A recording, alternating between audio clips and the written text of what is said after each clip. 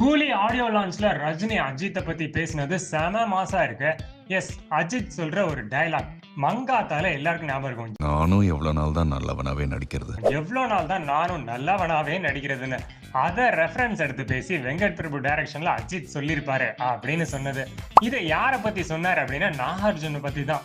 அவர் இந்த படத்துல ஒரு நெகட்டிவ் ஷேட்ல நடிக்கிறாரு அப்படின்றது இதுல இருந்து ஊர்ஜிதமாயிருச்சு.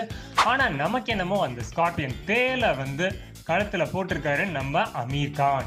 அவரும் ரோலெக்ஸோட ரெஃபரன்ஸ் கொடுக்குறாரு. ஸோ இவரும் ஒரு மெஜஸ்டிக்கான வில்லனா தான் வரப்போறாரு அப்படின்னு அதுவும் ஓரளவுக்கு ஊர்ஜிதமாயிருக்கு.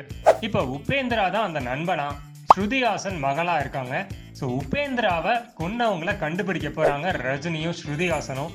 அங்க போனா ட்ரக்கு மாஃபியான பெரிய லெவல்ல ஏதோ ஒன்று நடக்குது அந்த ஹார்பர் அப்படின்றதான் இப்ப இந்த படத்துல இருந்து ஸ்டோரியா நரேட் பண்ணது. அதாவது யாரு, நம்ம சோசியல் மீடியா கேங்கு தான். சத்யராஜ் இதுல என்னவா பிளே பண்றாரு, மற்ற கேரக்டர் ஷோபின் என்ன, பூஜா ஹெக்டே இவங்கெல்லாம் யாரு அப்படின்றத ஆகஸ்ட் 14 படம் வந்ததுக்கு அப்புறம் தெரிஞ்சுக்கலாம். ஆனா கூலியில கண்டிப்பா இவர் ஒரு அண்டர் கவர் ஆபீசர்ன்றத நான் திரும்பவும் சொல்றேன்.